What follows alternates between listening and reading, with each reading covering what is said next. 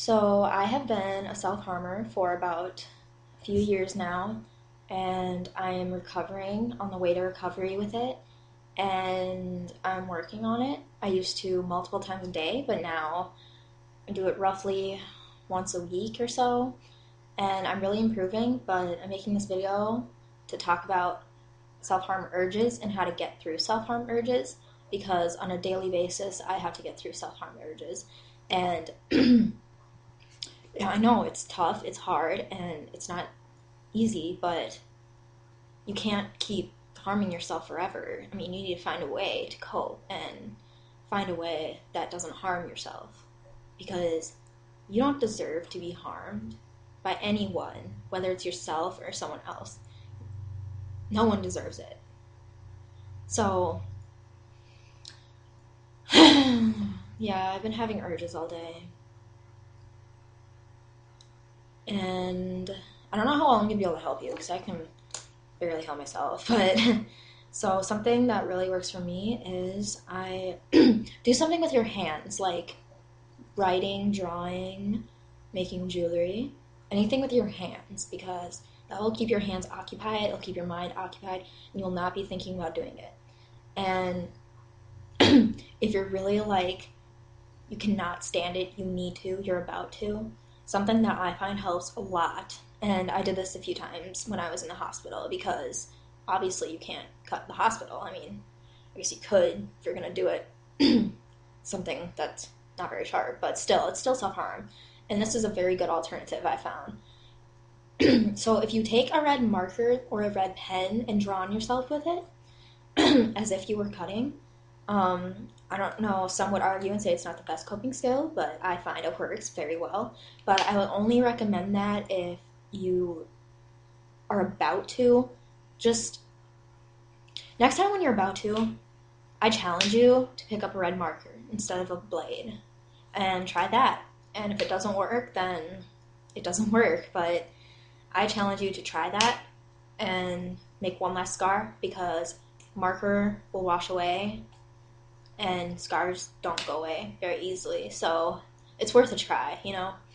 And what else have I done? Well, I write a lot when I feel like self-harming, write about how you feel. And if other people are triggering your self-harm urges, I recommend to maybe space yourself from other people. I mean, I know that sounds like a bad option. That's like isolating, but if it keeps you safe, then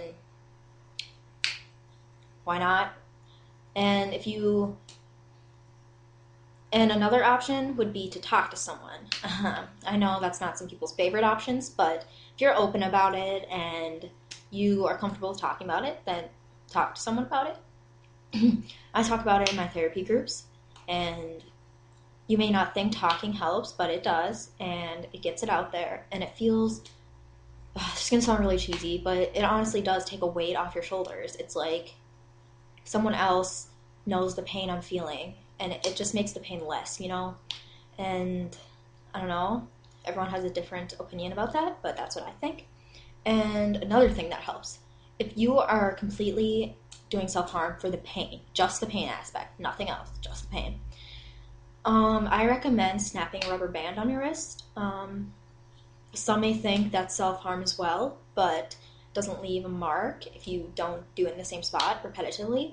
And yeah, you should try that if you're in it for the pain, because it doesn't leave a mark and it's just a lower form. It's still self-harm technically, but it's much, much, much lower form. So it's worth a try. Maybe if you really feel the need to, draw on yourself with marker, red marker, and snap a rubber band to kind of wean away from the actual act of doing it. It kind of worked for me. I don't know if it'll work for you, but I don't know, it's worth a try. And again, back to the triggers. If you keep having triggers by people that keep intensifying the urge, space yourself or try to ignore the triggers. And if you cannot space yourself, if you're in a therapy group or something, and someone is talking about something that makes you uncomfortable, you have more than the right to ask if they can either talk about it in a less triggering way by not giving details and stuff like that. Or you could talk to your therapist or the group leader and say, hey, I'm having a really hard time and I am having urges and I feel like being in this therapy group is not beneficial to me and it's going to increase my urges. If you say that to them assertively, they will most likely more than not understand, and they will really appreciate that you said that, because that shows self-love and that shows them that you care about yourself. And I know it might be hard to accept, but everyone loves themselves and it's okay to love yourself. So I promise you, I find therapists always find a lot of respect and assertiveness. So if you're gonna be talking to a therapist, you need to master the art of assertiveness. I don't know if that's a word, but assertiveness. You need to assert yourself, assert your needs, and if you don't know about asserting, like, how to be assertive with your communication, drop a comment and I'll make a video about how to be assertive. But if not, hopefully you know what I'm talking about when I say be assertive. And I'm trying to think if there's anything else that helps with my urges. Do something with your hands, red marker, rubber band, talk to someone, remove yourself from triggers. Anything else? Oh, I've tried this. I don't think it works that well for me, but it might work for you. If you have an ice cube on hand, and this will mainly only work if you're at your house, because I don't think you can have an ice cube at treatment. Maybe you can, I don't know. But I find this helps. If you put an ice cube in your hand and squeeze it for a very long time, that actually helps a lot with self-harm urges, I've heard. I've never really tried it because I don't find the sensation of freezing your fingers off very enjoyable, but, most people don't think cutting yourself is enjoyable. So, yeah. And what else?